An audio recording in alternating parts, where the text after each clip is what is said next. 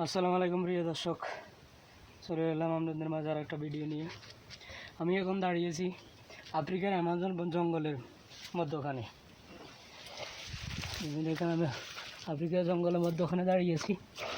খুব সাবধানতার সাথে চলতে হবে, দেখে দেখে পা ফেলতে হবে। চারিপাশে জীবজন্তু জানোয়ার শুয়ে আছে, রাত্রেবেলা এরা শিকারের জন্য বাইর হবে।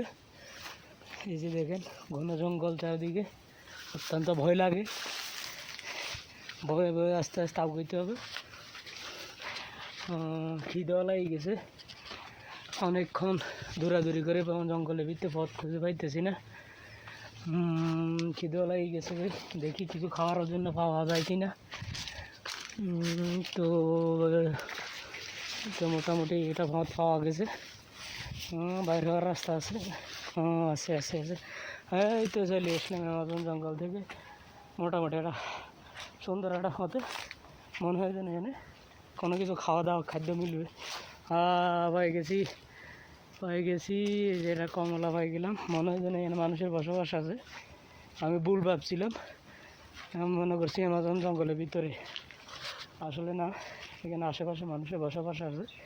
যাক, মোটামুটি দুপুরে খাওয়ার ব্যবস্থা হয়েছে জঙ্গলে, তাই খাইতে তৈব খাওয়ার ব্যবস্থা হয়ে গেছে।